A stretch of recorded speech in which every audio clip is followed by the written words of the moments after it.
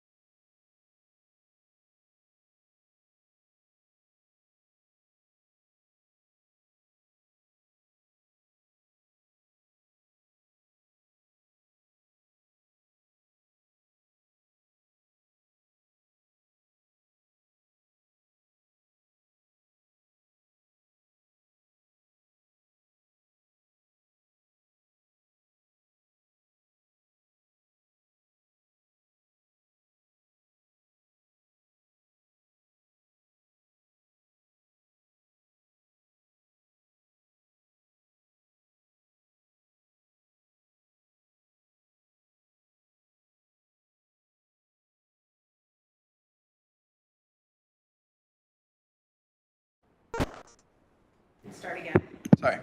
I will now call this meeting of the Accessibility Committee for Persons with Disabilities to order. Members of the public are advised that our meetings are webcast live by the City of Hamilton, as well as a reminder that all electronic devices are to be switched to a non-audible function during committee meetings.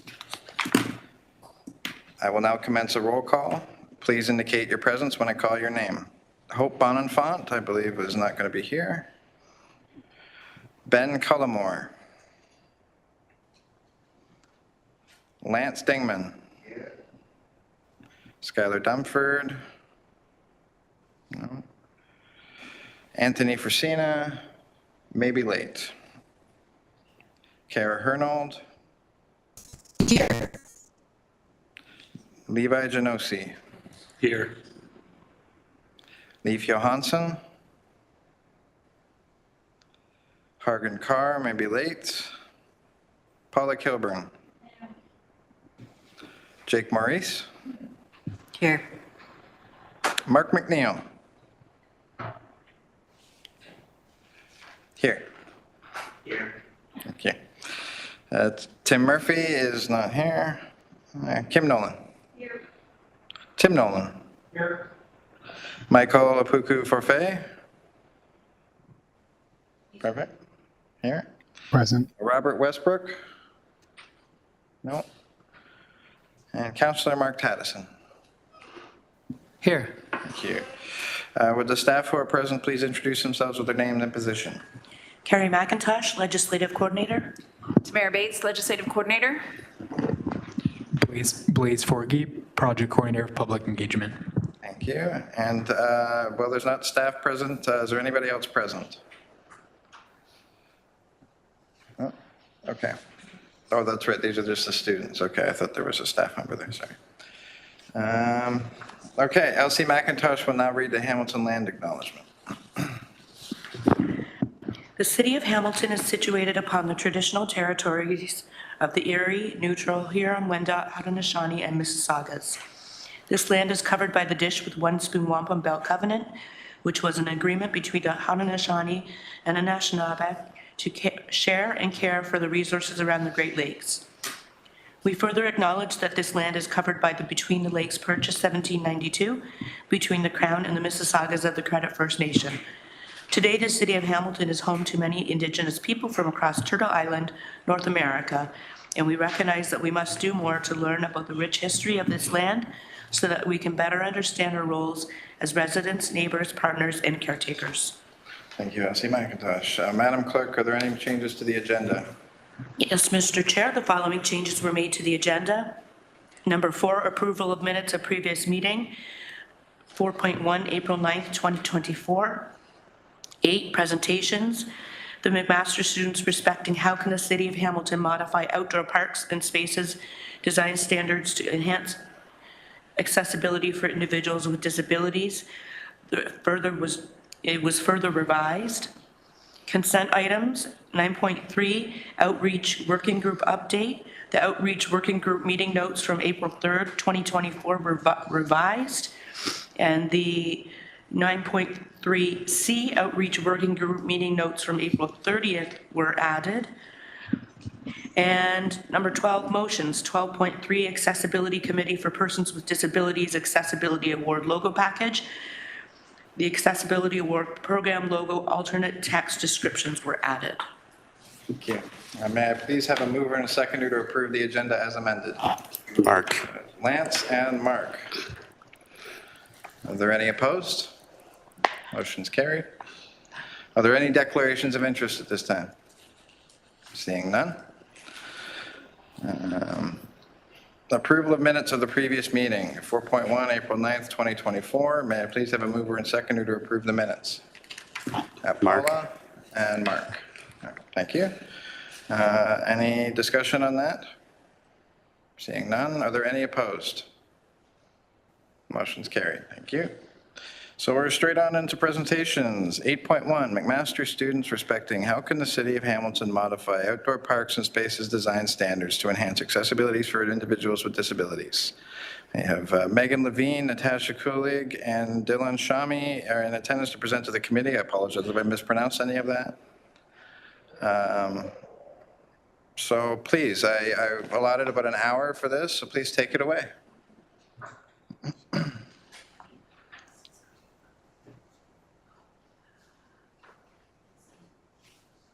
Hello. Hello. Okay, just wanted to check you could hear us. Oh, hang on a second. Yeah, but can we just verify who the caller is?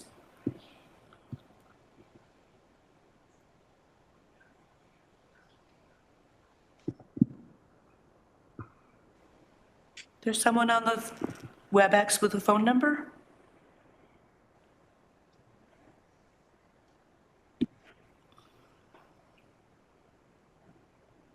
Who has 16475 blank blank blank blank 56? Can you please respond?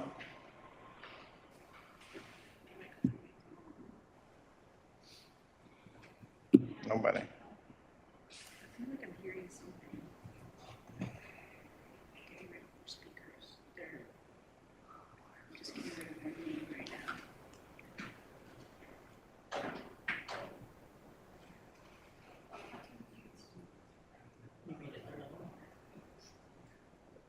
Do we continue on? Or? Okay. The students could take the floor. The presentation is yours. Okay. Hi, everyone. My name's Natasha. I'm a student occupational therapist at McMaster University. My partner is Megan Levine. She's also a student occupational therapist at McMaster. We're working with Tim Nolan and Shami Dillon, who is also a professor at McMaster, working with the occupational therapy program. Essentially, our goal today is to be able to talk a bit about the project that we're working on, which was discussed a little bit in the agenda. So we're hoping to be able to, with this project, we're looking to collect information on accessibility of outdoor parks and spaces. So looking at standards and guidelines that are talked about in research and literature, and also collecting user experience of these environments. And we're hoping to make some recommendations for the City of Hamilton on ways to enhance accessibility guidelines for parks and outdoor spaces to support people with disabilities. We're hoping today that we'll be able to run through some of the findings that we've come across so far, and we're hoping to get some feedback from members of the committee on some of the points and some of the themes that we've come across thus far. So I can start us off in terms of general findings. I know that our guide was sent out. It's been revised a bit.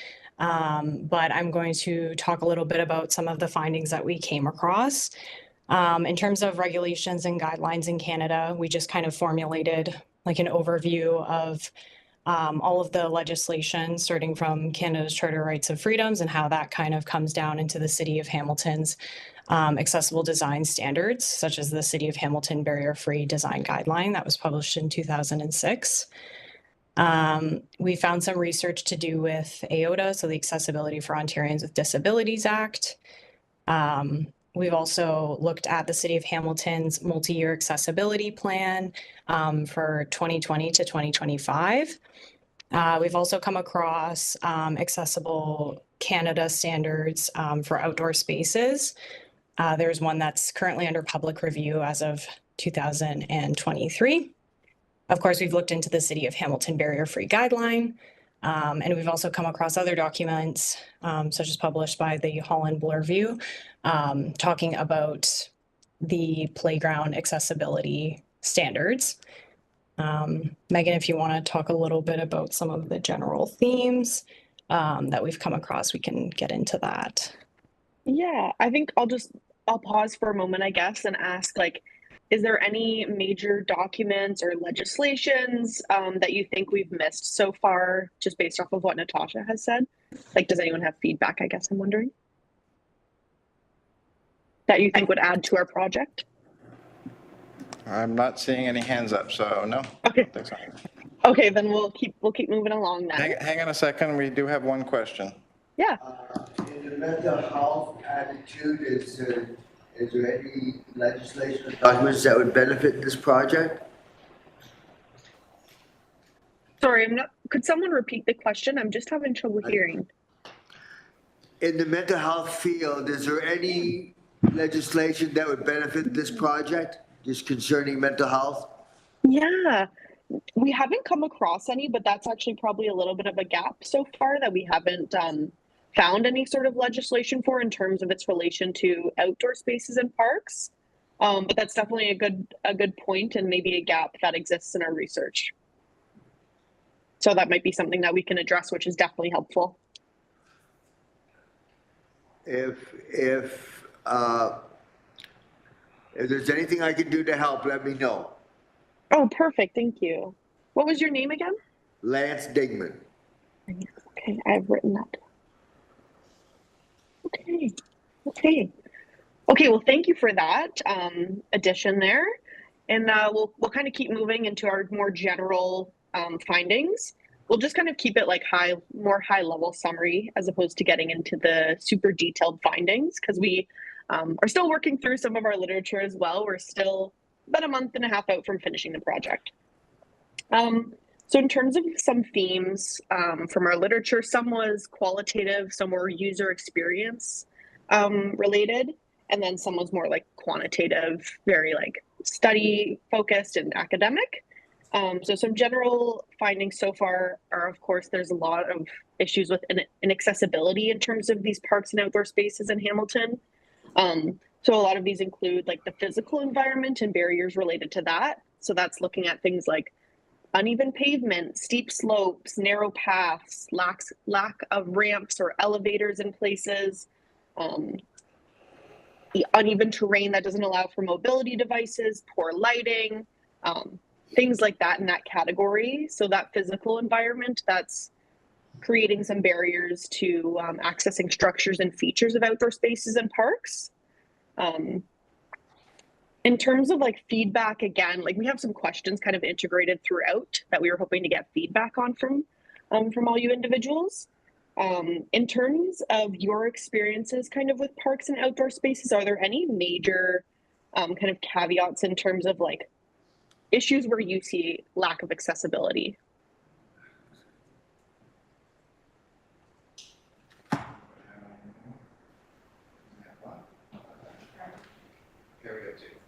I'll start with Jake. I was just wondering if there's anything in the scope relating to like inclusive playground structures. Yeah, that's definitely something that we have found actually quite a bit of literature surrounding. There's quite a lot of qualitative literature, so like user experience kind of studies that look at inclusive, like playgrounds that are designed to be inclusive versus ones that are not, and how that impacts individuals with disabilities and their ability to access it. Some are focused specifically on children, but others also focus on older children and things like that. So that's also been really interesting in how accessible playground structures can really facilitate that like community engagement, participation, and social engagement as well. So yeah, there's definitely been a lot in inclusive playground structures.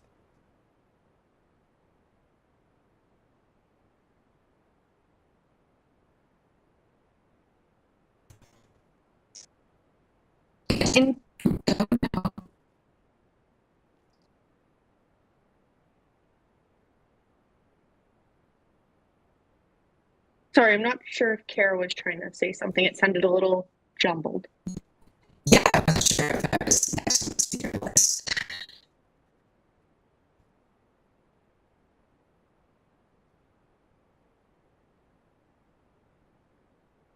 Okay, I don't hear anything, so I guess I'll just go.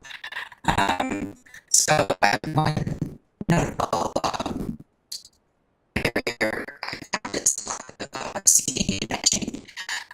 Just particularly in shaded areas for folks who have trouble with breathing having frequent Kara, we can't understand anything you're saying at the moment. It's all very garbled and jumbled.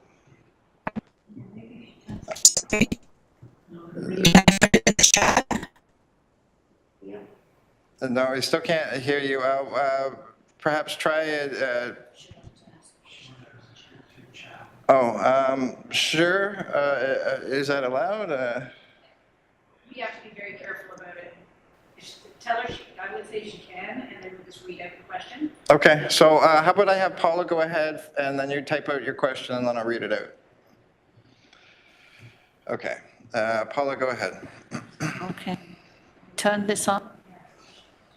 Yes. I did good. Okay, so path of travel. For a person with vision loss, parks are very confusing. Identifiers to where pathways lead. Is there anything about that in the literature you've been looking at? Yeah, that has come up a little bit. One article in particular focused on individuals with visual impairments navigating parks and outdoor spaces. And they actually kind of talked quite a bit about how inadvertently, sometimes it seems that visually impaired individuals are kind of left out of that accessibility planning. And then some basic recommendations that they gave was, of course, Braille signage, or signage that also has like audio capabilities to identify where you are in the park and how to get to different places. And then even signage with like really contrasting colors, large print, things like that. So there were some fairly basic recommendations. But yeah, the one article that we read in particular kind of detailed user experience and the feelings of being kind of left out of some accessibility planning when it comes to parks and outdoor spaces. I'm not sure if that kind of aligns with any of your experiences, but I'd be interested to hear. Yeah, it's when you're in a park and you're going down the main line between, in the park there, and then it divides off. Well, sometimes there's nothing to indicate how to get over to the other side of the pathway to go, say if you want to turn left, right, and you're on the right-hand side. So I don't know, there's all that stuff, the markings for that. Not everybody reads Braille. 8% of people with vision loss only read Braille. And they only read grade 1, not grade 2.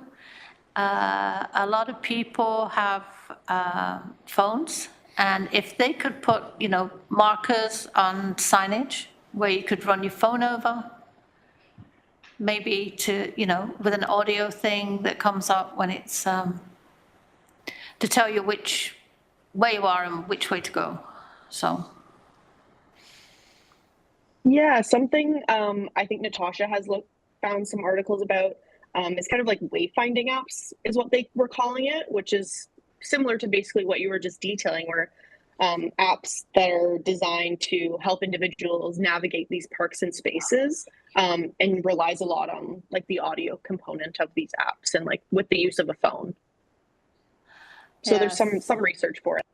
Yeah, some of those apps, they're really not good in parks because they don't have markers in the app to tell you which way to go in a park. So they're okay on streets and that, but not in a park. So I think if they put their own in and put them on signage and you could run your phone over, I think, that would be a good idea. So thank you. Thanks, Paula. Okay, now Kara's question actually is something I was going to bring up too. A barrier I have noticed, lack of seating benches. Some locations are better than others. Frequent rest stops allow longer time in parks. That was the question. Is that something on your list for work? Yeah, that's something we've definitely come across. And in terms of like even recommendations made by different authors in the literature, they have talked a lot about making sure that there are a lot of seating around, that there is somewhere to sit when people need frequent rest stops. Also, something that makes me think of that we came across in the literature is seating that's just like not accessible in general. So things like concrete seatings where you can't get like a wheelchair backed into it. And that kind of takes away from like social components as well, because a lot of people like to sit and talk. And if that's not accessible, then that also acts as a barrier as well. But yeah, definitely something we came across. Okay, thank you. Okay, next up is Lance. Have a question? Yeah, I had a question. I'm not sure, but would sound help in a direction? Like if I'm hearing something, wouldn't I walk to that direction? No. Yeah, depends on who you are, correct, Depends on the correct. ambient noise Yeah. that's around it as well. You could get stuck in there as well, so you Yeah. don't know which way you turn, which way you're facing, so. But the thought's a funny thing, yeah. And in a park space, it's so large. Okay. Yeah. In response to that. Hold on Please a do. second.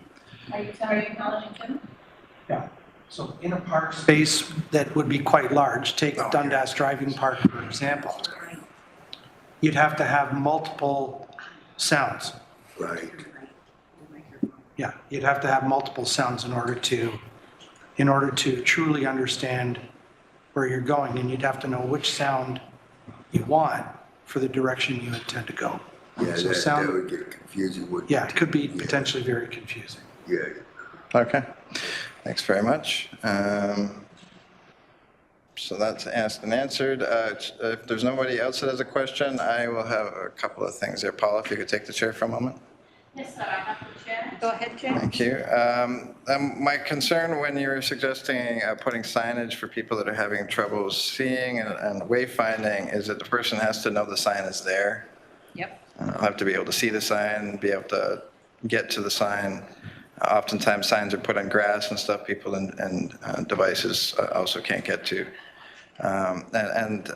Speaking regarding the apps, using an app, apps are increasingly less accessible as they keep changing and growing. There needs to be a lot more work done on that, so I wouldn't necessarily rely on apps to get us there. And the other concern is that people, well, Paula is right, a lot of people have phones. There's a lot of people that still don't have phones. So that wasn't a question. The question I have is regarding, again, wayfinding.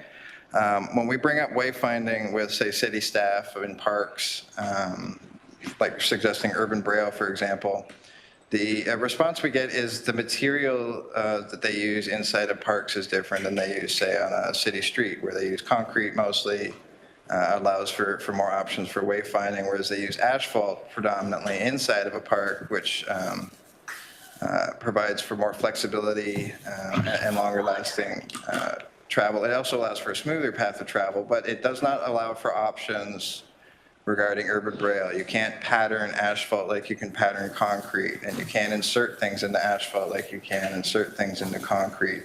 So have you done any work on different materials for wayfinding? Yeah, that's super great information actually, and maybe something that we can try to fill the gap in our knowledge on. As of right now, we haven't come across any literature that details like the benefits of certain materials over others and like what would be best to do like urban braille. So that's not something we had come across at this point, but a very interesting point for sure, and something that we may need to look into. Thank you.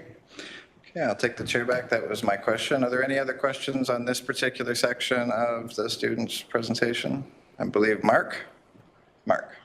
I was just wondering if you'd looked at any amusement park wayfinding. I know it's a profit situation, but they tend to be very aggressive in IDA and accessibility, and may have some information related to getting to where you need to be. I'm sorry, what was the question, Mark? No, I just wanted to add. Oh, it's just a statement, sorry. Yeah. Okay. Do you have any comments on that statement? At this point, we haven't looked at anything like amusement parks. I don't believe that that's quite in our scope, the scope of this project, unfortunately. But definitely something that also needs to be investigated in the future. Okay. And, okay, I'll go for Tim. Tim. Just a minute, Tim. Go ahead. Okay, Turn the just piggybacking on to what Mark is suggesting. I don't think that's something that we've talked about at the working group. I wonder if time permits, could you take a look at Disney, for example? I mean, that's a thought, because Disney is huge on accessibility. And why Disney never came up across our conversation, I can't say, other than Mark wasn't there to trigger us. So, you know, if time permits, maybe you can see if there isn't something through Disney as an example. Like try to gain some knowledge on like how do they make their parks accessible and see if there's anything we can apply. Is that the suggestion? Again, Tim, your microphone. Yes, yes. Perfect. Okay. I don't know what they have, but Yeah. it might be worth a shot. Okay. Yeah. I will note that as well. That's a really great suggestion. Thank you. Thank you. And I believe Lance for a second time now. Oh, sorry, I didn't see that. Kim? Oh, sorry. And Harkin has her hand up too. Oh, my apologies. Who's first? You. Okay, so I don't know if you've looked at any parks in particular, but Camp Marydale in Hamilton is apparently accessible. So I don't know, I haven't been there myself, but who's Anthony? Anthony Frazina knows the park. And it's supposed to be accessible, so see what they've done.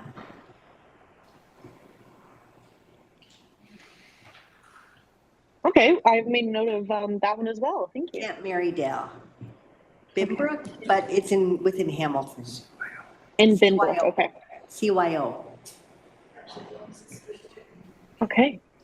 I know we also have some literature about a park that Hollenbund Bloorview was involved in designing, a super accessible park. And we have like a really large document with that. That would probably be quite helpful as well. Okay, thanks for that suggestion. Hargen's next. Hi, everyone. I hope you're able to hear me. It's a bit loud here. I'm just wondering, I missed a bit of the earlier talks. I apologize if it's been covered, but just wondering if there's any information on how Hamilton compares to other cities across Canada and across different kind of jurisdictions in terms of accessibility in the outdoor spaces.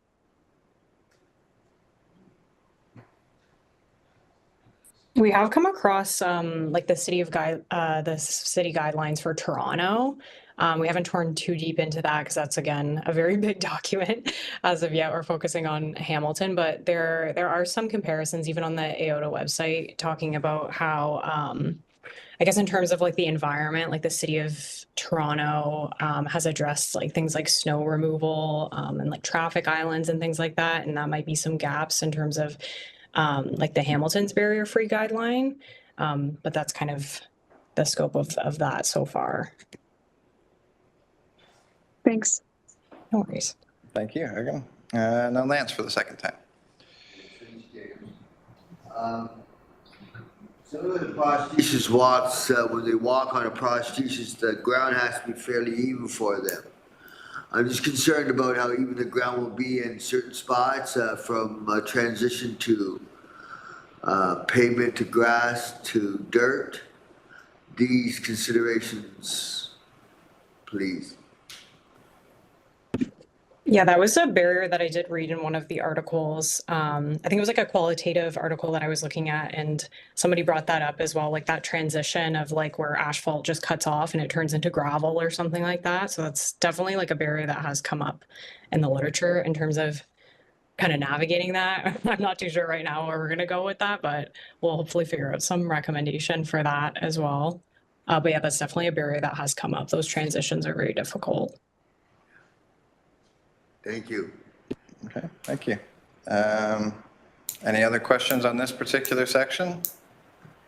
No, just going off of that, mulch, the mulch that they use is something you should look into.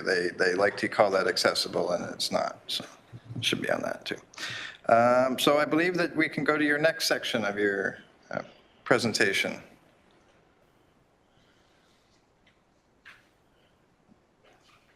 Something else that kind of seems to be a kind of a bit of a reoccurring theme in our research is it's related to basically the accessibility of information prior to accessing parks or outdoor spaces. So we're finding that having really good and thorough information on the internet that individuals can access when they're planning to access a park and outdoor space are also very important. So planning, if there's a website that has information on an outdoor park or space, and then that gives details on the pathways in the park and where there are benches and rest stops located, if there's accessible facilities. We're finding that that's really important and sometimes quite lacking, which then either results in individuals feeling apprehensive to access these parks or outdoor spaces or showing up, and then it being difficult to find the appropriate signage and pathways, and it just being in general hard to navigate these parks. So we're also kind of wondering, like, do you guys have any experience or thoughts about there being a need for very thorough and detailed information so you can plan your trips to these parks and outdoor spaces that would make it more accessible for you? Okay, so the question is, would they be helpful to have access to like a website or whatever that has the services available before you leave the house? Okay, any comments on that? Tim?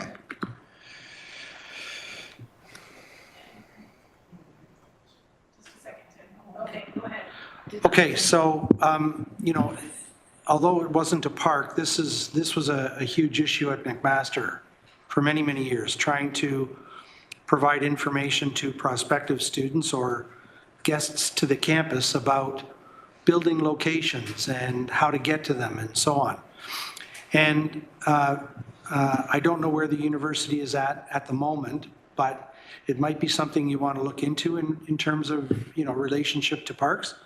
But the key piece and why information before you arrive could be really important is it's a matter of dependency or independency.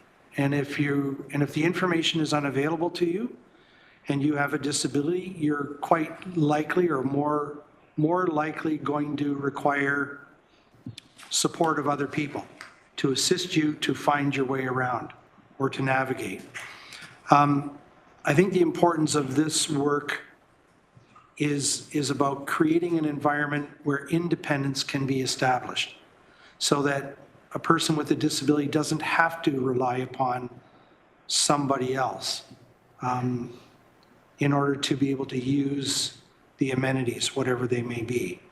So maybe that's something you can consider when you're looking at this piece specifically. How do we create a space for independence?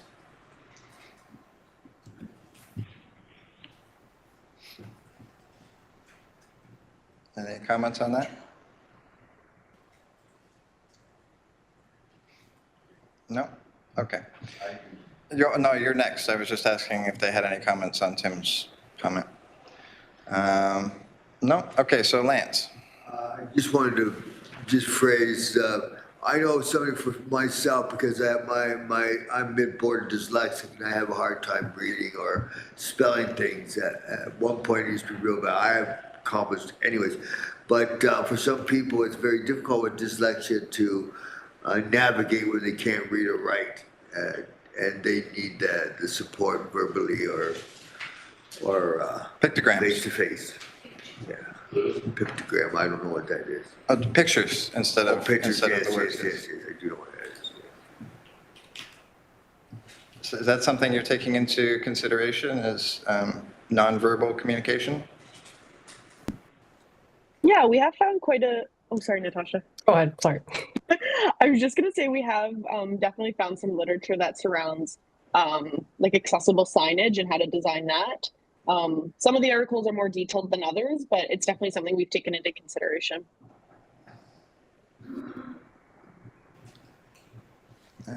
Anything else on that, Lance? No? No? Okay. Is there anybody else that has a comment on that? Seeing none. I would just point out that in regards to pictograms, I just wonder if there's a standard, if there's something that there's like a universal image that represents bathrooms, entrance, exits, that sort of stuff, water fountain, play area. That's my only point.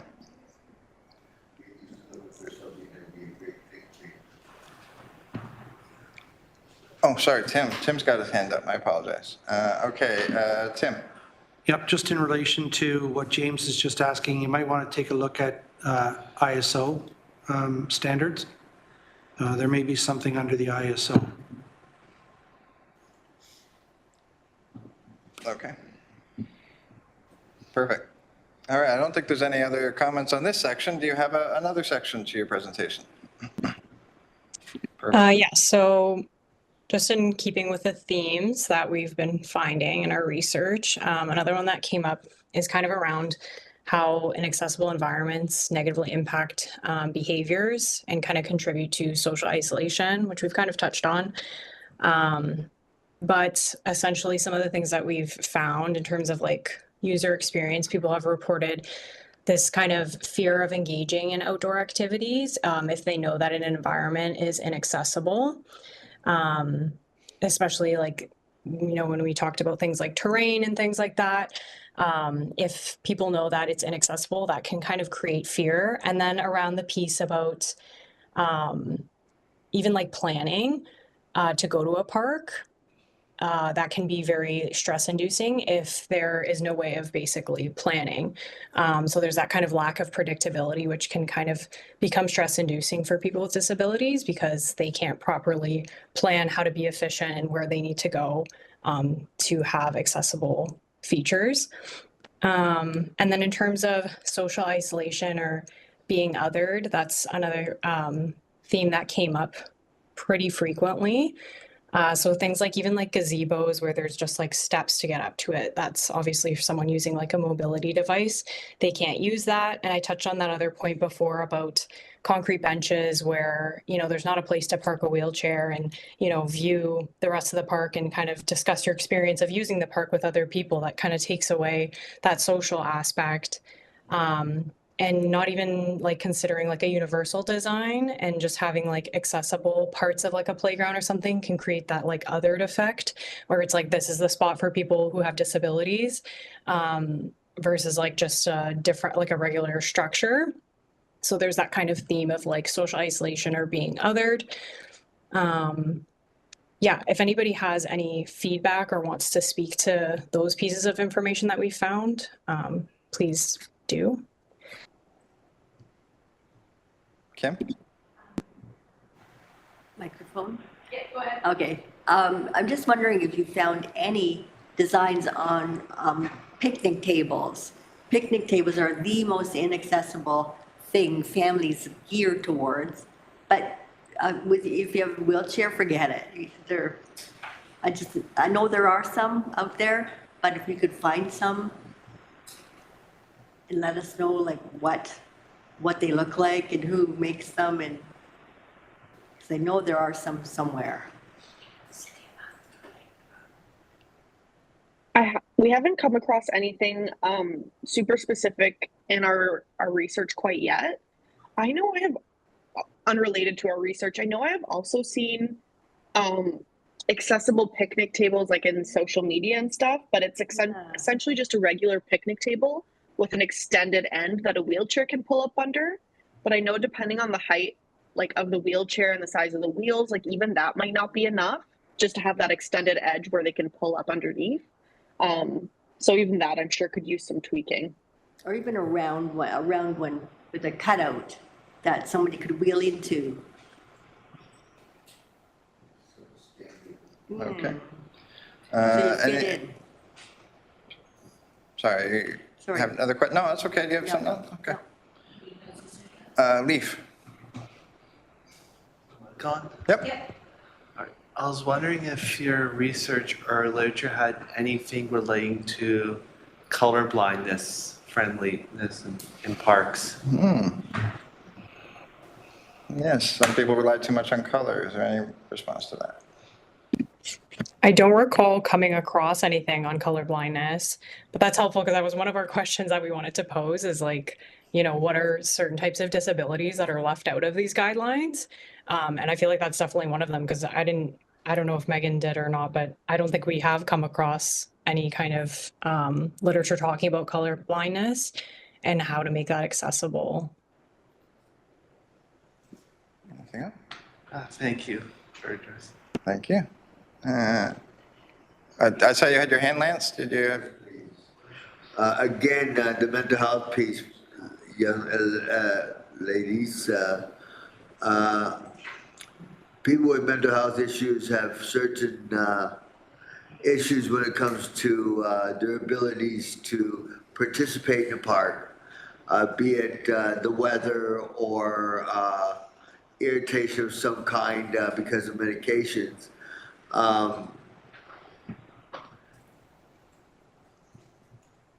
How aware are you of these issues? And what can you do and what are you doing with them? Curiosity.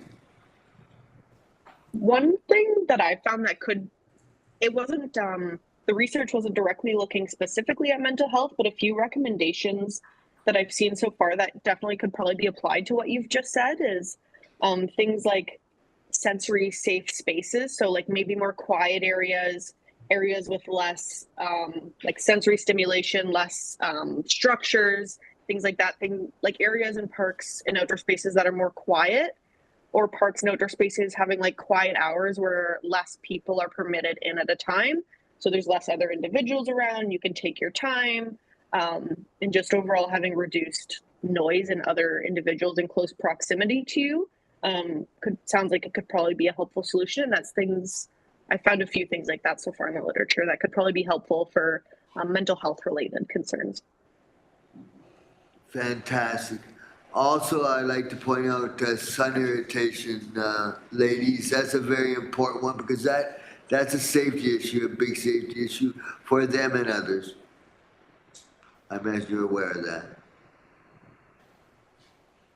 Yeah, and just ensuring there's enough like sun coverage in especially like the seated areas and things like that, it sounds like.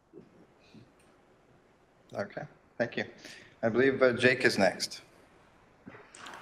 Something I've seen in playgrounds on social media recently is these boards with kind of basic communication phrases on them, which could help folks who struggle with verbal communication.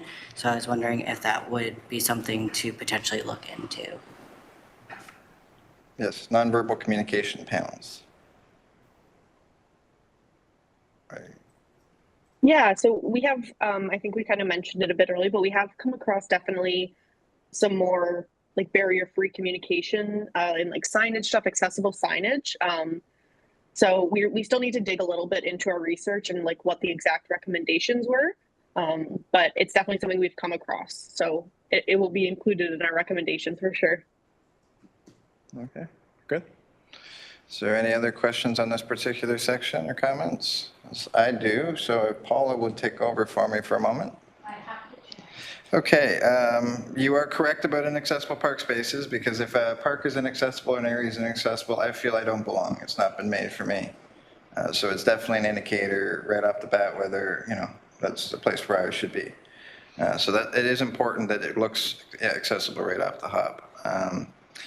We brought up benches and picnic tables. Above and beyond making them accessible is making them reachable. Putting paths to connect the benches or to connect the picnic tables. Oftentimes you'll find in big parks, they just sort of throw the furniture out in the middle of the field and then they've got to travel 30, 40 feet on rough terrain to get to them, regardless of whether they're accessible or not. So that should be in there is the connection of these items. And the last one I wanted to mention was to Lance's point.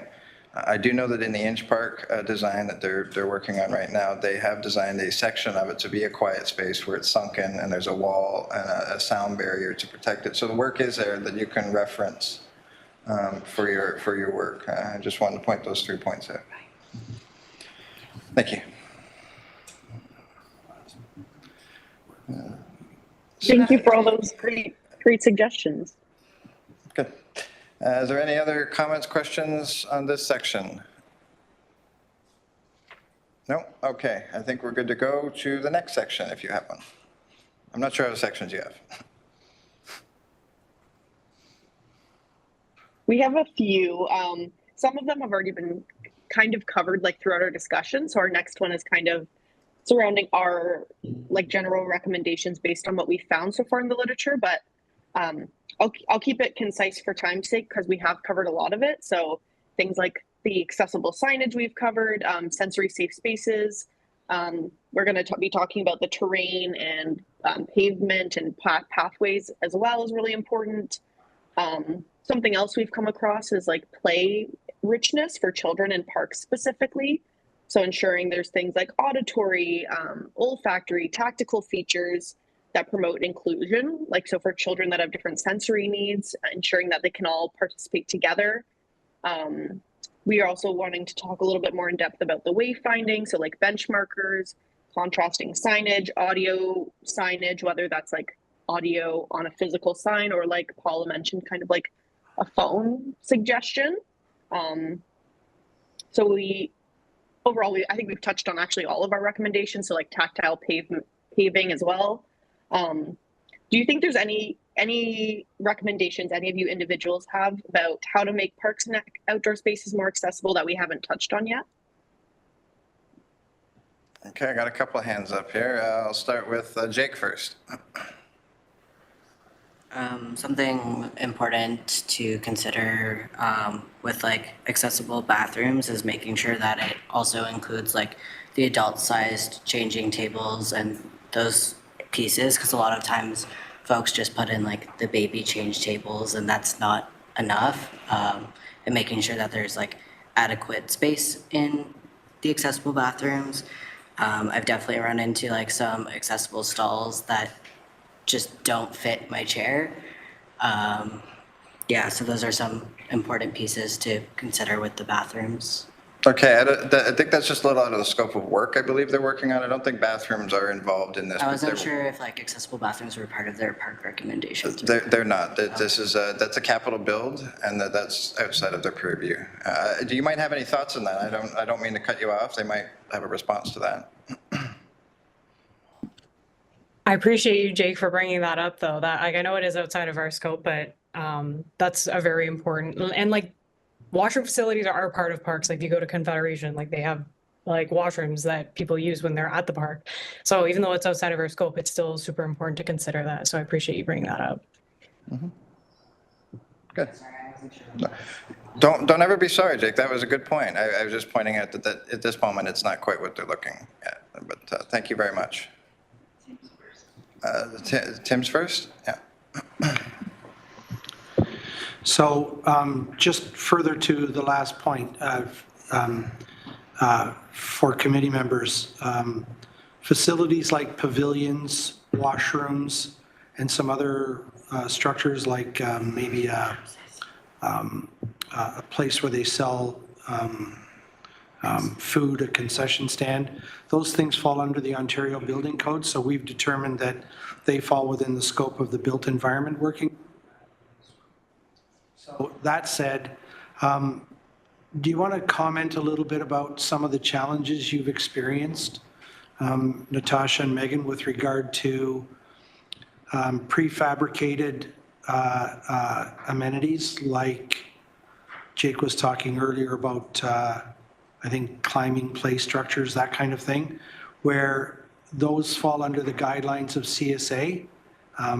Just maybe a little bit of information for the committee about how that's governed by that annex document and how there's not a whole lot of latitude in that respect for designs of some of those prefabbed facilities or amenities. Yeah, like in terms of kind of like the outline that we're using of like all the amenities that we're looking at. There's so many specific parts of playgrounds, like teeter-totters and like just all like the different parts that are involved in playgrounds. But then looking at the barrier-free guideline, it doesn't get that specific. It's more general about the actual playground and not like talking about like specific pieces of equipment versus like the Canadian Standards Association has that Annex H document, which talks about equipment and surfacing around playgrounds, which offers more specifics around playground equipment. But then there comes that barrier where can we change, you know, like a federal kind of, I think it's federal, kind of standards versus like here we are trying to make recommendations to the city of Hamilton. Like the city of Hamilton, I don't think has that influence to do that. So that there's kind of, it's a little bit difficult doing that. Yeah. Okay, thank you. Next up, I believe, is Councillor Taddison. I know this is outside the scope, but I just wanted everyone to know that yesterday at one of our meetings, we actually, Councillor Paul motioned for portable accessible washrooms at Inch Park for the Challenger Baseball League. So I think that's a victory, and that I just wanted everyone to understand that because, and I told this earlier, because we've included EDI with accessibility and call it now IDEA, it's now become a focus and it's on top of mind for everybody, and every little piece that we do helps. So I'm really pleased to share that with you, and I know it's outside the scope, but they are available, and other councillors jumped on board and wanted to further that in their areas as well. So thanks. Thank you very much, Councillor Taddison. Okay, anything else on that particular piece? No? I do just want to add, and Paula, you can take the chair just for a moment. Splash pads. Splash pads should be made more accessible, yes, in activating the buttons and getting the sprays on, but the sprays themselves should be designed as well, at least some of them should be designed to be used with wheelchairs and whatnot. So more about misting stations, not just including the children, but also in this heat, in an unprecedented heat time, allowing adults to utilize the facility as well. Yes. Okay. And I'll You take have back. the chair. Thank you. All right, so there's no more comments or questions on that section. Oh, no, wait, Anthony's up. Yeah, sorry, James, and through the chair, I just had a question with regards to the intensity of the sprays too. If there's an opportunity to alter the levels of the intensity of the sprays for splash pads, I think that's also something to look into as well. That's a good point. Thank you for those suggestions. Okay, I think that's it for that question. So if you want to move on to your next question.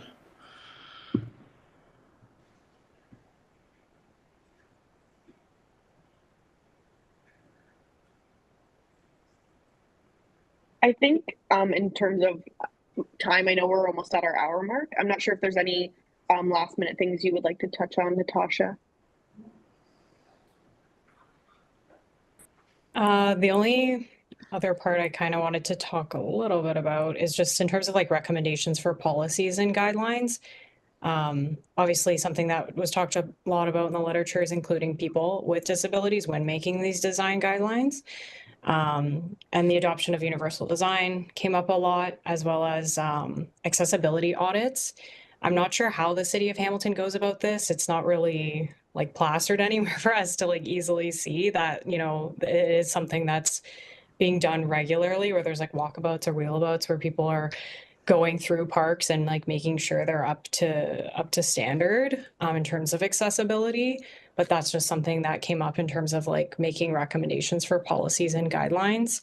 And then also just kind of like addressing those attitudinal barriers and like more ableist narratives around, you know, thinking that people with disabilities need, you know, extra protection in nature spaces and things like that.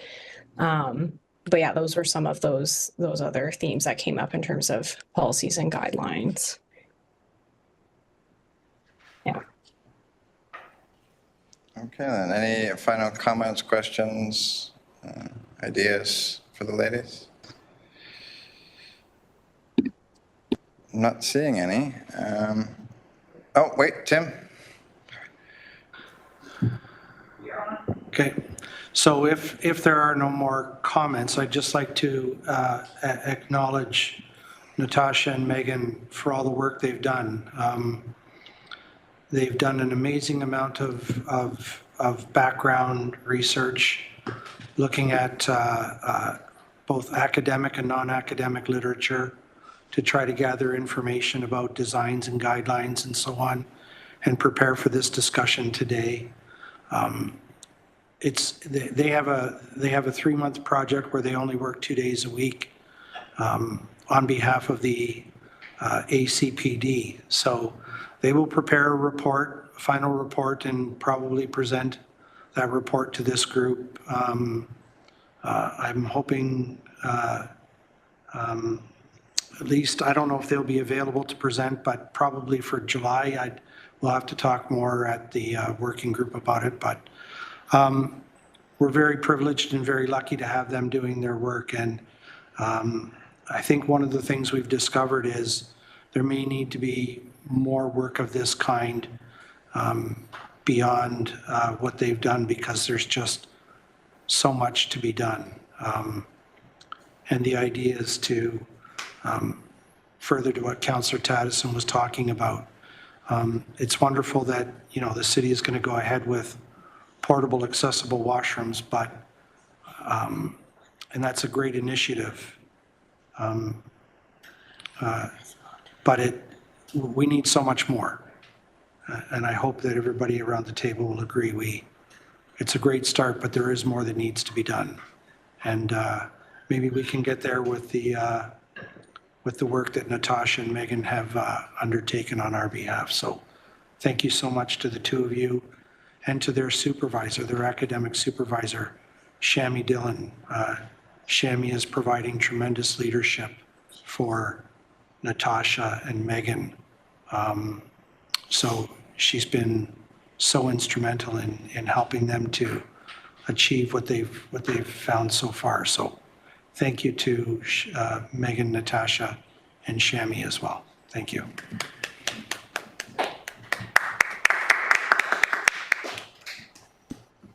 Thank you, Tim, for those kind words. It's very, very appreciated. Thank you. And to the whole committee, just for providing that feedback. It is really helpful to have something to hold up against the literature that is available, both published and the gray literature. So thank you all. Mark. To jump in at the last minute, but yes, thank you, Megan and Natasha and everybody involved. But if I had information that might add onto your plate, would I be able to send it through the chair to you? In terms of source.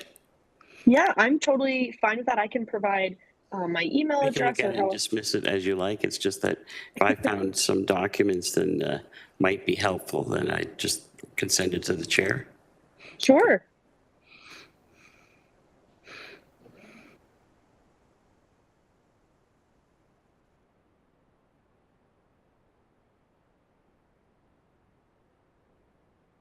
Oh, sorry.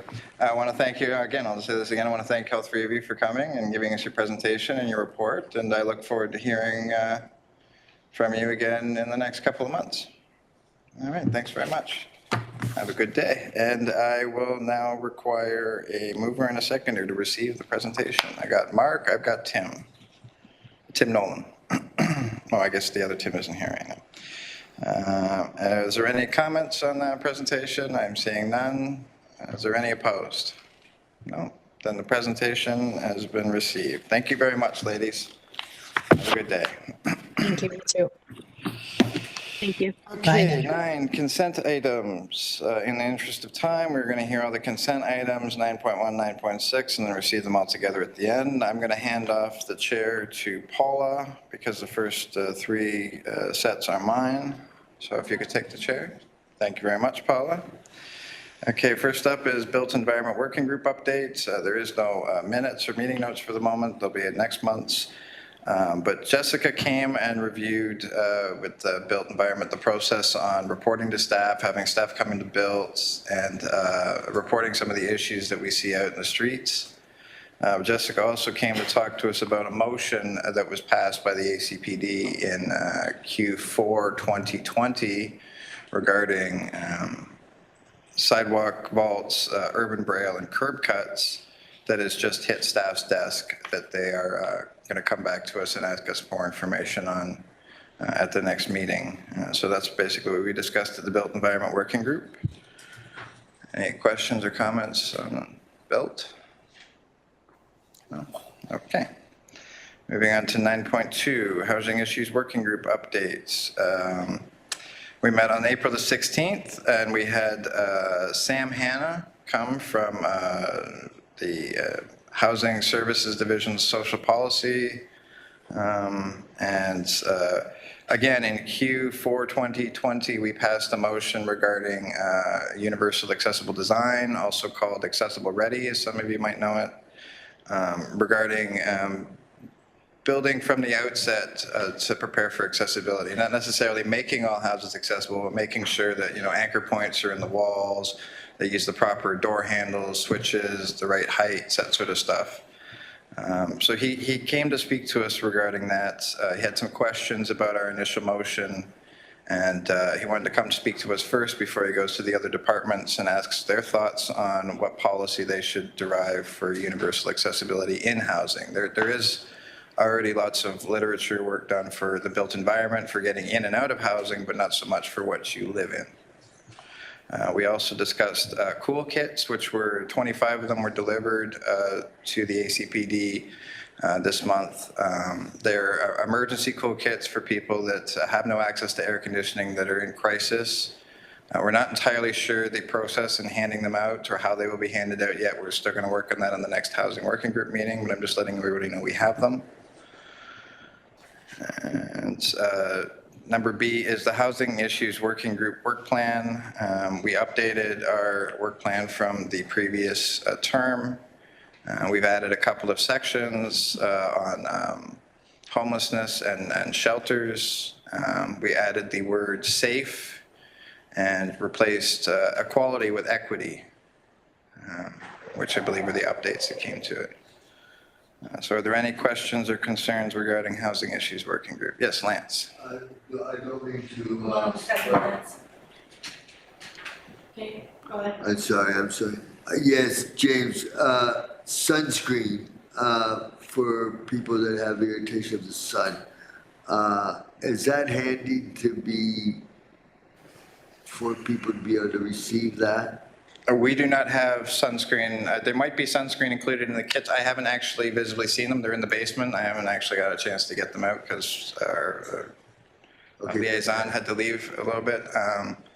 But I will see what's inside. We do not have a particular provision for handing out sunscreen. Okay. Anything else? No. Okay. Now, Outreach Working Group update. Outreach has been very busy over the past month. We've had 3 meetings. We're trying to get everything going for the fair and the awards. So we've got a large number of stuff in there. We got motions coming up later for the budget and for setting the dates and for the logo to set for the award themselves. Apparently we had to come up with a logo so that they could advertise that, which is further on in our notes or in our agenda. We also discussed what we're deeming the art project. It was originally supposed to be an art contest where people would submit designs for possible future awards. Unfortunately, we just had a meeting with the art community last week, and they raised some concerns, which means that we basically just have to go back and discuss possible different ideas. We'd still like to do something with the art community, and they're still very positive about joining and getting involved. We just think we might need to combat it from a different approach is all, just to be fair to the artists themselves. And I think that's all we talked about in last month. Are there any concerns or questions about the Outreach Working Group at the moment? No? Okay, good. Then I will take back the chair because transportation is yours. Yes. And I didn't bring my notes with me, so bear with me. The last meeting, we talked about the outstanding business list. I'm starting to put one together because we really didn't have one from the last term. So if anybody has any ideas what should be on it that we haven't got to, or we need to get to, or we started to get to, please let me know. The working plan, well, I stole James's. And that will be discussed at the next meeting. What else did we discuss, James? We had the taxi, we talked about taxis. Oh, no, that was, sorry, that was the meeting before. beforehand. I apologize. I can't remember. We did talk about front door entry. We talked about e-scooters. E-scooters, that's right, yes. So there was a lot of concern about e-scooters, how they're left all over the sidewalks. Tim's been almost knocked down twice by, 2 or 3 times, right, Tim? With e-scooters zipping around the corners. The gentleman, oh yeah, what was his name? Gentleman came, anyway, to talk to us about the e-scooters, and he was indifferent, yes. He didn't seem to have any concerns about the e-scooters and accessibility with people with disabilities. He seemed to think they were fine.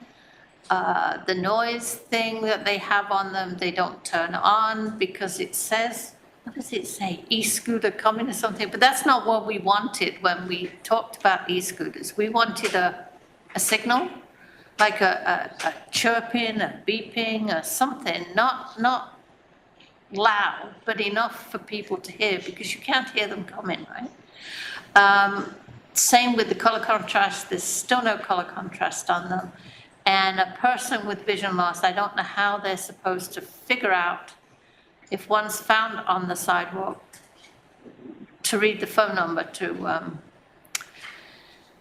tell the people to come pick it up. So there was a lot of discussion on e-scooters, and there'll be more information in the notes for next month's meeting. So is there any questions? Mark does. Yes, Mark? Not a question, but I think we did a delegation on the requirements that we would like to see in place for e-scooters, didn't we? Yeah. Yes, we did, and they didn't seem I was going to say, it bounced into the garbage real quick. Yes, it went in that round filing cabinet there. The gentleman that comes to talk to us about it is really adamant that e-scooters are good for the city, and he doesn't seem to think that people with disabilities have any problem with them. So I don't know how we change his mind on them. I know Toronto's not got them. They're not going to have them, I don't think. So I don't know what to do. So maybe it's a bigger discussion we can have at the next meeting. Well, I'll speak to that for a moment, just that I'm preparing a report for next transportation working group regarding e-scooters to go to the next ACPD meeting. Thank you, James. Anything else on transportation? Nope. Okay. Then moving on to 9.5, strategic planning. We still haven't met yet. I plan on having a meeting at the end of this month. I will be sending out messages this week to try and schedule a meeting. Accessible open spaces and parklands working group update. Is there a verbal update from the working group?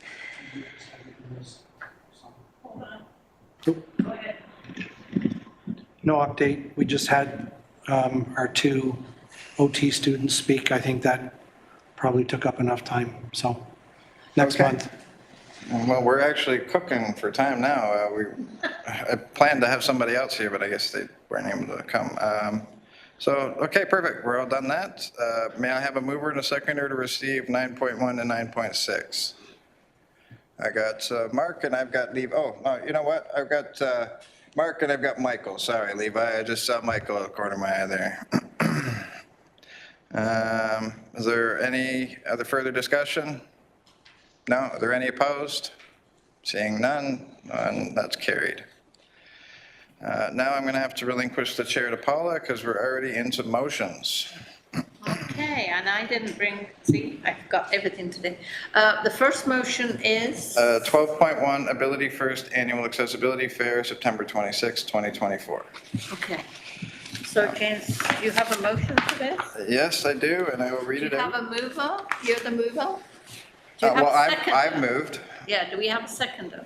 Mark is going to second it, I believe. Okay, thank you. Go ahead. Okay, so this one is basically setting the dates and the budgets for the fair and the awards. So it is Ability First Annual Accessibility Fair, September 26, 2024, whereas the Accessibility Committee for Persons with Disabilities holds an annual accessibility fair, Ability First, that will be taking place on Thursday, September 26th on the forecourt of City Hall from 11 a.m. until 3 p.m., not 3:30. Whereas the Accessibility Awards will be presented during the Ability First Accessibility Fair, highlighting accessibility trailblazers making a difference in our community. Whereas to ensure robust attendance and proper advertising, the Accessibility Committee for Persons with Disabilities Outreach Working Group needs to reach out to members of the public, community groups, local stakeholders, and media agencies in order to invite, organize, and promote the event. And whereas the budget attached as Appendix A for the Ability First Accessibility Fair and Accessibility Awards requires approval from the committee, therefore be it resolved that the Accessibility Committee for Persons with Disabilities be granted permission to speak to local agencies and the media for the purposes of organizing, inviting, and promoting the Ability First Annual Accessibility Fair taking place on Thursday, September 26th on the forecourt of City Hall from 11 a.m. until 3:30, I keep saying 3:30, until 3 p.m. and that the 2024 Ability First Accessibility Fair and Awards budget attached as Appendix A be approved. Thank you, James. Do we have any questions for James on the motion? Mark has his hand up. Yes, Mark? Were we talking about redoing the award cost and the artist award? No, we haven't, we're not redoing it. Any budgetary money that's, we'll be able to change it around because we have a contingency fund, so it'll be easy to move things around a little bit. But the amounts, the basic amounts won't change. Right, it's the accessibility award $9,000 budget or the accessibility affair $8,000 budget. It will just be rejigged. Yeah, it would, the artist award in the accessibility fair budget will need to be changed a little bit, but we also have a small contingency fund in the fair budget as well, so. Okay. Manipulate it. Great. Thank you, Mark. Kim?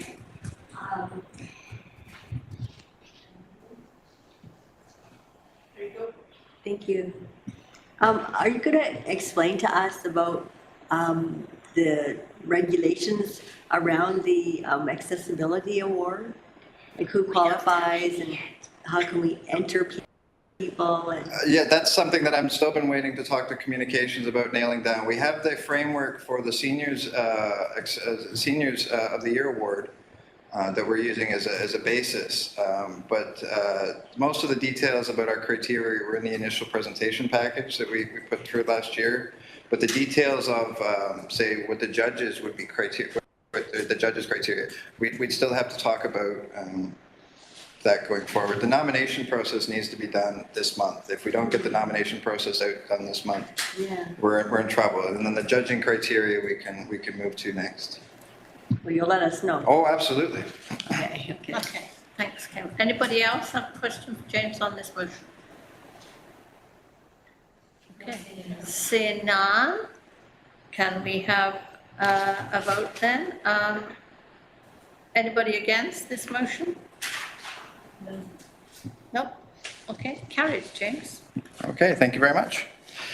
Okay, What's we're next? moving on to 12.2. This one is moved by myself, and it is attendance at the seniors kickoff information and wellness fair. So I guess we'll need a seconder. Okay, so we need a seconder for this motion. This is for somebody to be at the table. Lance? Oh, Mark? Okay. Mark. Okay. James, can you read the motion, please? I can. It is attendance at the seniors kickoff information and wellness fair. Whereas the seniors kickoff information and wellness fair is being held on June 10th at Michelangelo's Event and Conference Center at 10 a.m. until 2 p.m. Whereas the Accessibility Committee for Persons with Disabilities Outreach Working Group's main objective is to explore opportunities with other community agencies and organizations, and attending an event falls in line with that goal. Whereas the seniors kickoff is a good opportunity to meet with the public and answer their questions and concerns. And whereas the Outreach Working Group is organizing the annual Ability First Accessibility Fair, and attending events like the seniors kickoff is a good place to network with other groups. Therefore, be it resolved that the Accessibility Committee for Persons with Disabilities pay the registration fee of $50 from account 300303 in order to allow 2 members of the Outreach Working Group to attend the seniors kickoff information and wellness fair on June 10th, 2024. Thank you, James. Any questions, James, about this fair? You get lunch too, so just so you know. Yes, Kim? Volunteering. Are we volunteering, James, or is that after the motion? Well, we can have volunteers. We also need to have people that are going to demonstrate the cool kits. It's one of the things that we promised that we would do for public health is demonstrate the cool kits. So we would need at least one person that's familiar with that and then another person that can volunteer as well. That answer your question, Kim? So if you want to volunteer, I think we do it after the motion. Okay. So, seeing no other questions for this. I think there are some other questions. Oh, is there? Sorry. Oh, sorry, Lance. Yes, the cool kits, James, I just going, the cool kits, can you frame that a little bit so that I can understand it at this point, James? They are large Rubbermaid containers that contain what the Public Health Department has deemed necessary to treat people that have no air conditioning and are suffering from extreme heat. I believe they contain crushable ice packs, like portable ice packs, water bottles. I believe they have sunscreen. I know they're going to be added, bus tickets are added to them. I'm not entirely sure of everything that's been in there. That this box has changed a little bit over time. But like I said, I'll be reviewing it when I get downstairs to see them, and I'll be able to report fully what's in them. Okay. Does it not include? Just a minute. This is really not part of the motion. So can we discuss this after the motion? Sorry. Yeah, it can be another business. Yeah. Okay. See, I'm getting fierce. Okay, any other questions for this motion? No? Seeing none? Any opposed to the motion? No. Nope. Okay, carried, James. Okay. Next one is? Next one is 12.3. Moved by myself, of course. It's the Accessibility Committee for Persons with Disabilities Accessibility Award logo package. If you wouldn't mind, that'd be great. Okay. Okay, do you have a seconder for this? Not yet. James, can we have a seconder for this, please? Mark? Okay, thank you, Mark. Okay, Carrie is going to share the logos. Yes, we'll get somebody, James can describe it to you. Yeah, I do have I also wrote an alternate text description as well, so I'll get to that too. Okay, thank you, James. Accessibility Committee for Persons with Disabilities Accessibility Award logo package, whereas the Accessibility Committee for Persons with Disabilities Accessibility Award requires an appropriate logo to represent it on various media, whereas the Accessibility Committee for Persons with Disabilities Outreach Working Group has developed several versions of the logo attached as Appendix A and is recommending the more complex image containing the mountain as the primary image, whereas the secondary version is simplified and may be required sometime in the future for unforeseen reasons, and whereas having a variety of logo shapes and color gray tones would be beneficial as the award develops. Therefore, be it resolved that the Accessibility Committee for Persons with Disabilities Accessibility Award logo package attached as Appendix A be approved. And now I'm going to read the alternate text descriptions too. Thank you. Okay, the complex image, the one with the mountain, image is based on the dynamic symbol of access. There is a gray mountain in the bottom right background. A rainbow-colored ribbon forms the wheel of the chair and gracefully arcs up into the sky over the mountain, reaching for the star on the top right. A purple representation of a person is also reaching towards the star. And the simplified image simply says, image is based on the dynamic symbol of access. A rainbow-colored ribbon forms the wheel of the chair and gracefully arcs up in the sky, reaching for the star on the top right. A purple representation of a purple person is reaching towards the star. Did you need any more information about that? I know it's hard it's hard for somebody who can't see it to visualize it, right? If it would be easier, I can actually print a three-dimensional version of this and have it sent to you, Tim, if that would be helpful. No, it's okay, but thank you. So, okay, any other questions about the logo? No? Okay. Can I have a vote then? Sorry, I've lost my mind. Oh, well, I don't know. Well, all opposed. Okay. Any against? Any opposed? Sorry. Seeing none? Seeing none? Thank you. Okay, thank you. And I want to thank my son, actually. He did all the work Yes. on that. He did a great job. Yes. James Okay. Jr. James Jr. Who will also be helping us with other media as the year develops. Okay, and the last motion is 12.4, moved by myself again. It's the delegation to the planning committee respecting the e-scooter pilot program. Can I get a seconder on that? Yes. Can I have a seconder for James's? Anybody else? Sorry? Okay, Mark Mark again. again. Your arm must be tired. Okay, James. Okay, whereas the Accessibility Committee for Persons with Disabilities has significant concerns regarding the e-scooter pilot program and is prepared to report on our experiences, safety concerns, and barriers created during the first year the program has been in operation, and whereas the Accessibility Committee for Persons with Disabilities would like to delegate to the Planning Committee when the report respecting the e-scooter pilot program is presented in order to provide anecdotal evidence, context, and be available to answer questions if any should arise. Therefore, be it resolved that blank be approved to delegate on behalf of the Accessibility Committee for Persons with Disabilities to the Planning Committee respecting the Accessibility Committee for Persons with Disabilities report on the e-scooter pilot program. And I believe we'd have to choose names of who wants to delegate. I know I do. I'd like as many names as possible of this. Okay, let's do the motion. Do we do the motion first and then put names in? No, I need names. Oh, you need names now. Okay, who wants to delegate? Tim? Tim? Anybody else want to delegate? On their experiences of the e-scooter pilot program. I don't see them because I'm up Okay. on the mountain, so. I'm not seeing any. Okay, So it'll be you and Tim, okay. okay? Tim has a question. Go ahead. Can we, I presume, James, the report you're talking about is the one that you're actually working on? Yes, it is. I was informed that we should do this ahead of time so that it's ready to go when the report is. Yeah, can we have the report shared with committee before we approve that we go with this particular report? I think the committee should see the report and approve the report before should- that report be. Be going to Transportation Working Group this month, and then ACPD will see it at the next meeting. Okay, so should this motion be deferred or tabled until the next meeting? No, we need to get this in so that when the report is approved, the delegation request is in. If we never have a report, then the delegation request means nothing, so that it can be Yes, we can ignored, change right? The report. Okay.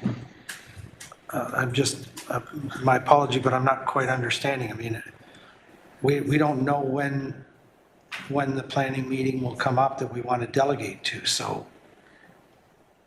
No, we're just having permissions in place so that when we're ready to go, it takes an extra month to get the delegation request in. So that's why we're just doing this particular step ahead of time. And then the report will come back afterwards too. Okay, I don't think we've ever had that as a problem before since planning meets every 2 weeks, but notwithstanding that, fair enough, I would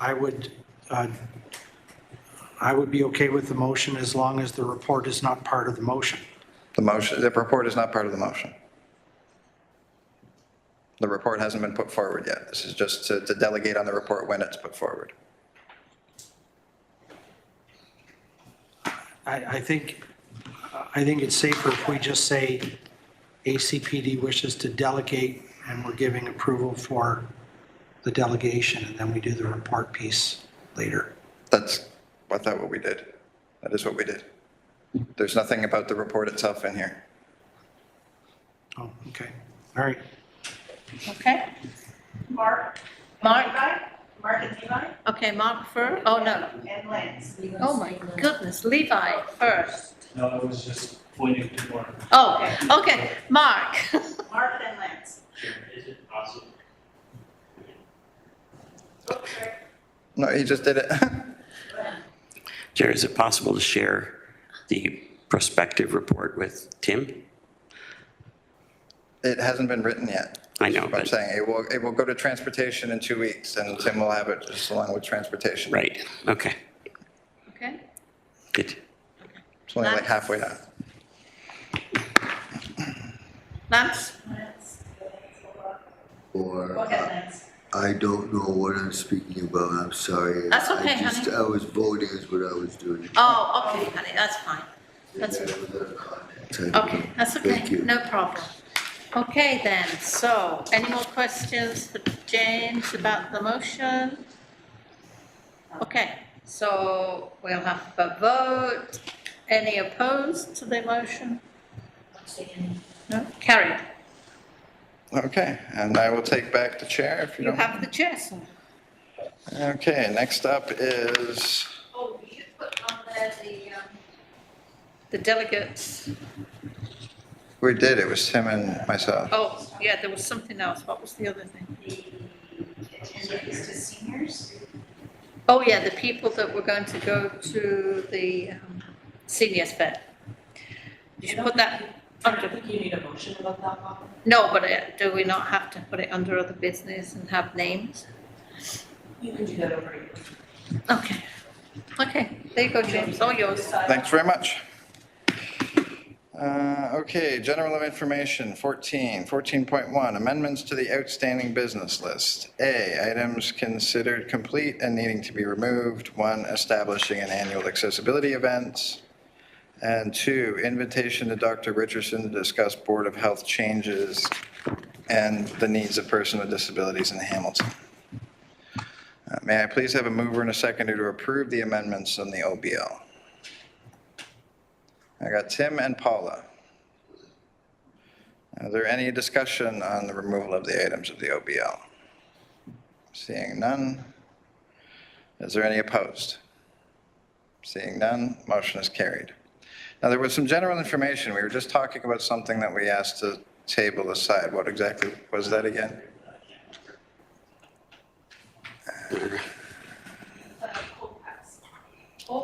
The cool kids. Yes, the cool kids. Now, this has changed over time with Public Health Department. I've pitched 3 different ideas for these cool kits. The first one was the one that I initially agreed to, which is a very small kit that just had, possibly some sunscreen or some very basic cooling items for everybody. You could just hand it out like table swag sort of thing. And then it's turned into a emergency cool kit package that is to be handed out to people that are in need. And I'm not entirely sure of the procedure behind who gets what handed out to. And then there's a third one that's designed for people that were homeless that were supposed to require special training. And that is not this particular kit. So James, we don't know what ended here? I don't yet. I have to go downstairs and see it. I just haven't physically had a chance to go downstairs and check. I know roughly what's in there. There's water bottles, there's cool kits, there's rag, or like towels to wet yourself. And there's bus tickets that are being added now. That was just added in a recent motion.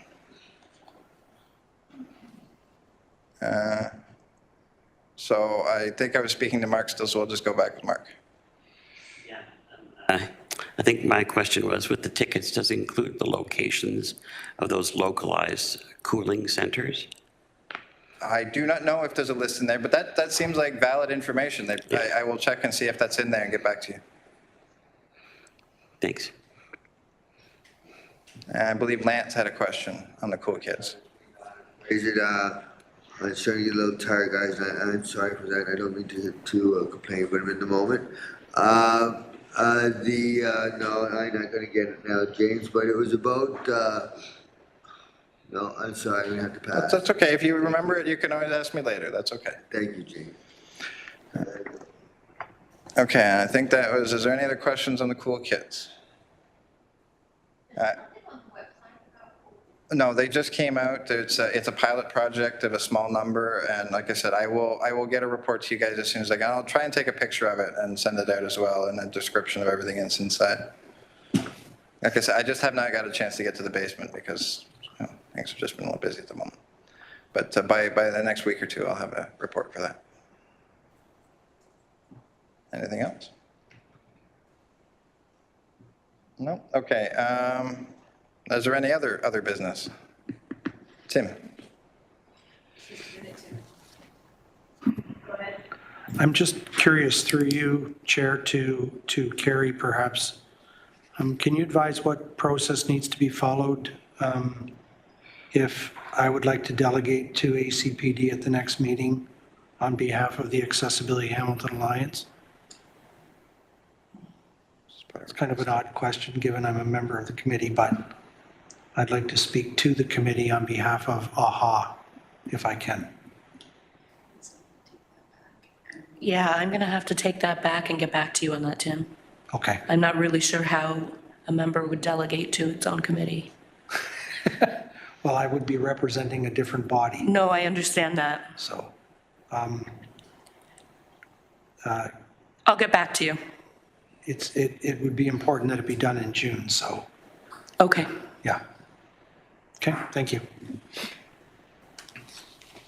Okay, any other business? Levi?